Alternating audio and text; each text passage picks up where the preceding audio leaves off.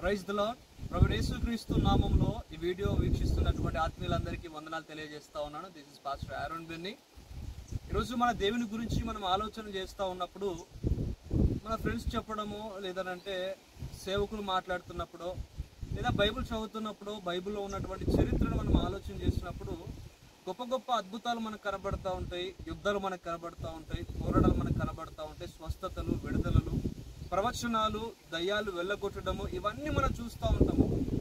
అయితే ఇవి మన జీవితంలో జరుగుతాయా జరగవా అనేది ఇతరులు చెప్పినప్పుడు కాదు, కానీ దేవుని యొక్క మహాశక్తిని, ఆయన ప్రేమను, లేదా ఆయన అద్భుతములను, ఆశ్చర్య కార్యములను వాక్యం సెలవిస్తున్నట్టు ఆయన ఉత్తముడని, ఆయన అద్భుతాలు చేయువాడని, ఆశ్చర్య కార్యములు జరిగించువాడని కేవలము చరిత్రను చదివి తెలుసుకోవడం కాదండి, లేదా కేవలం ఫ్రెండ్స్ చెప్పారనో, బంధువులు చెప్పారనో, స్టేజ్ మీద నుండి బలిపీఠం దగ్గర నుండి సేవకులు మాట్లాడారనో, వారు చెప్పే మాటను కేవలం నమ్మితే కొద్ది రోజులకు మనం పడిపోవచ్చు, కొద్ది రోజులకు బలహీనం అవ్వచ్చు.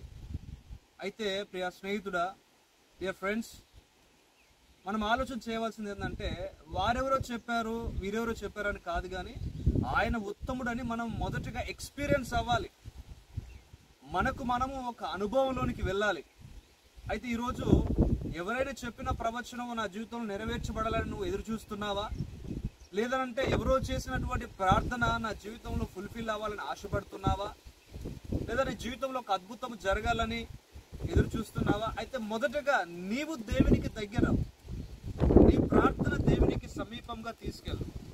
నీ మనవిని, నీ విజ్ఞాపనను, నీ మనోవేదనను, నీ హృదయంలో ఉన్నటువంటి బాధను దేవునికి నీవు నేరుగా చెప్పే ప్రయత్నం చేయి. ఎందుకంటే అనాది కాలంలోనే దేవుడు అబ్రహాముతో మాట్లాడినట్టుగా, ఇస్సాకు యాకోబులతో, యెహోషువతో, మోషతో, దావీదు గారితో మాట్లాడినట్టుగానే ఆయన మనతో కూడా మాట్లాడే దేవుడు అయి ఉన్నాడు. మన పరిస్థితుల గురించి ఆయన ఒక విడుదలను సమీపింపజేసేటువంటి దేవుడు అయి ఉన్నాడు కనుక నువ్వు మాట్లాడు, నువ్వు ప్రార్థించు, దేవుని దగ్గర ఏదైనా కనిపెట్టు, ఏదైనా అడుగు, ఆయన మాట్లాడతాడు.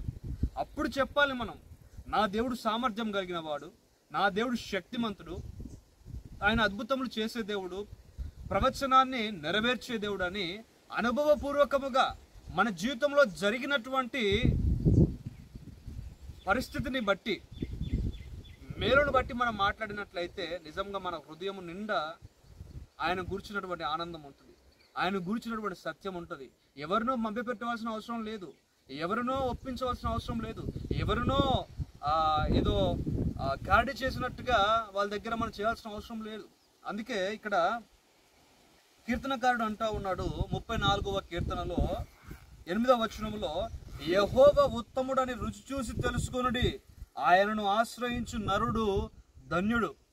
దేవుడిని ఉత్తముడు, ఆయనే విలువైన వాడు, నా దేవుడే శ్రేష్టమైన వాడు, ఆయన బలవంతుడు అని ఏం చేయాలంటే మనం తెలుసుకోవాలి. తెలుసుకోవాలని అంటే నరుణ్ణి ఆశ్రయించేవాడు తెలుసుకోడండి, మనుషులను ఆశ్రయించేవాడు తెలుసుకోడు, రాజులను ఆశ్రయించేవాడు తెలుసుకోడు. ఎవరిని ఆశ్రయించాలంట? దేవుణ్ణి ఆశ్రయించాలి, దేవుని సన్నిధిని ఆశ్రయించాలి. దేవుని యొక్క ఆత్మ యొక్క సహాయం మనం పొందుకున్నట్లయితే నిశ్చయముగా నువ్వు రుచి చూసి తెలుసుకునే వాడు అవుతావు, రుచి చూసి తెలుసుకున్న దాని అవుతావు. హల్లెలూయా. కాబట్టి ఈరోజు నువ్వు ఏదైనా మేలు పొందాలనుకున్నట్లయితే మొదటగా ఆయన సన్నిధిని వెతుకు, దేవుని ఆశ్రయించు.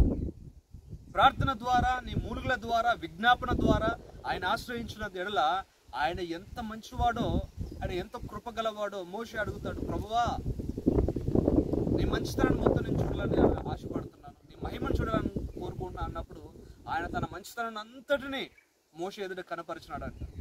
కాబట్టి ఈరోజు దేవునితో నువ్వు మాట్లాడాలనుకుంటున్నావా, దేవుని చూడాలనుకుంటున్నావా, దేవుని యొక్క కార్యముల జీవితం జరగాలనుకుంటున్నావా, ఆయనకు సమీపంగా వెళ్ళు. నరుని ఆశ్రయించుకు, అధికారాన్ని ఆశ్రయించుకు, ఏ మనుషుని సహాయం నువ్వు కోరకుండా దేవుని సన్నిధానంలో దేవునికి దగ్గరగా ఉండు. ఆయన నీకు తోడై ఉండి నీతో మాట్లాడును గాక. ఆమేన్.